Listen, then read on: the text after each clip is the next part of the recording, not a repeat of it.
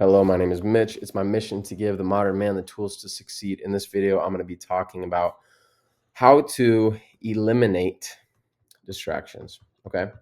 So, growing up and becoming a man, I guess, having a sense of purpose, having a sense of mission, you begin to distinguish, okay, this is a goal that I have, this is an aim that I have, this is something that I want to accomplish. And then on the road, the shiny objects become more clear that they're shiny objects, that they're just distractions, right?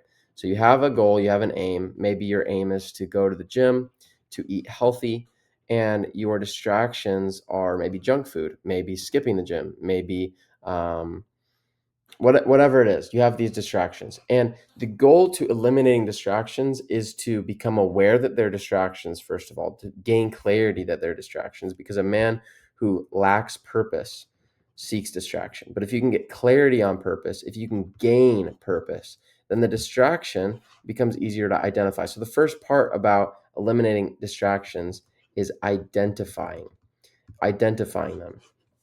Okay. So if the first part about eliminating distractions is identifying them to really know what it is, well, how do you do that? One tool to use this is a time audit. So if you can do a time audit of a week, 7 days is an ideal time for this. For a week, every 30 minutes or every 60 minutes, like every hour, write down what it is that you're doing. And at the end of the day, or at the end of maybe 2 days, you start categorizing these and bucketing them. Like, okay, for these 30 minutes, I scrolled. Well, that's not very helpful. For these 30 minutes, I, watched TV. For these 30 minutes, I worked out. Well, that's good. For these 30 minutes. And then over time, you start to realize, okay, well, I spent a little too much time doing XYZ. I spent a good amount of time doing ABC. And then you start categorizing them and you raise awareness of what you're actually spending your time doing. Time is a currency, time and energy. If you can focus your time and energy in a certain direction, you're going to get more out of it. So if you're putting your time and energy into scrolling or TV or mindless entertainment, then you realize, oh, okay. And then by the end of the 7 days, you'll have real data to work with. Okay. Not just what you think. Like if you think about your last week, memory can be a deceiving thing, but real data is something that you can work with. Okay.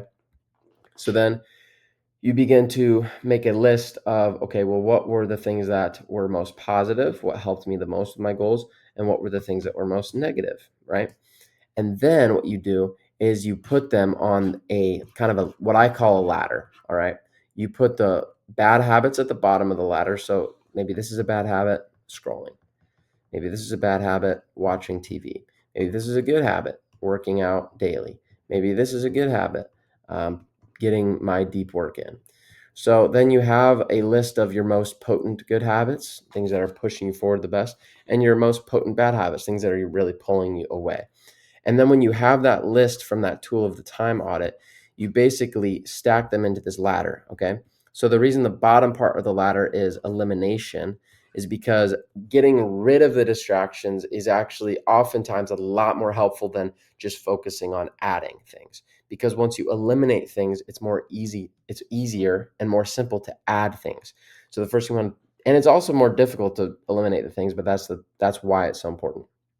So each rung on this ladder represents a month. And the reason for that is it's just an ideal time to get rid of a habit because you can justify doing something for 30 days. Your brain can justify getting rid of something for 30 days. And I'll kind of explain this. Have you ever met someone who has a whole list of goals and they're super motivated and you can tell they really care about it, maybe like a series of New Year's resolutions, but then a few weeks go by and you realize that they've kind of fallen apart and they kind of justify it, make excuses, and maybe this person is you. Well, the reason for that is it is a lot easier to focus on one thing than it is to focus on a bunch of things at the same time. Because if you focus on a bunch of things at the same time, you might move an inch in each direction. But if you can focus all your time and energy into one direction, then you're going to get a lot more out of that, which is kind of the principle behind why it's important to eliminate these things because it's adding simplicity. You're able to actually focus into fewer areas, but the vital few areas. Okay. So I mean, it doesn't get more simple than that. You list it out and then you focus on 1 month at a time, eliminating the worst habits and make it specific. You know, a SMART goal, make it specific, measurable, attainable, realistic, time keyed. But whatever it is, you get clarity on what it is you need to destroy and what it is that you need to add. And then, yeah, it might take 4 or 5 months to get rid of your most potent bad habits and to add your best habits, but this is sometimes what it takes. And so, yeah, that's my video on how to eliminate distractions, why it's important. Very simple tools. I hope this is helpful. And this is Mitch. I'll see you in the next video.